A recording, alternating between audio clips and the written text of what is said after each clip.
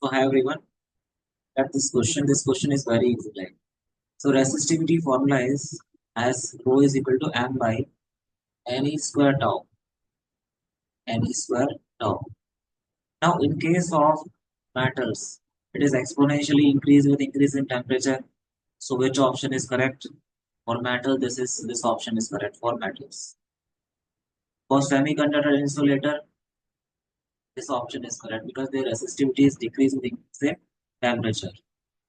But for alloys, this rho is almost independent of temperature. Means there is very slight variation in resistivity if you increase the temperature. So that's why they are used in mainly for practical purpose, like in a lab experiment, like for research purpose. They are using in they are using in a lab mainly for research purpose. Okay.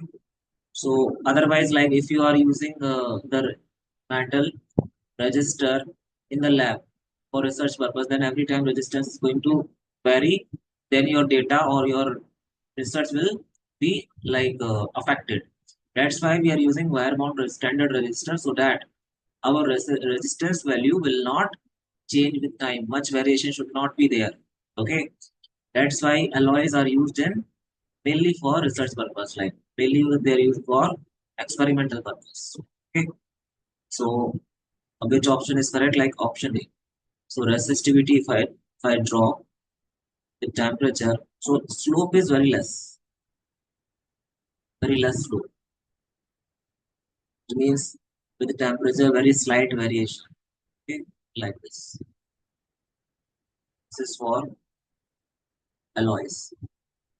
Yeah, but for metal, it is exponentially increased. Means very rapid variation in resistance with temperature. But in case of alloys, it is straight line, but slope is less. It's very slight variation with the temperature.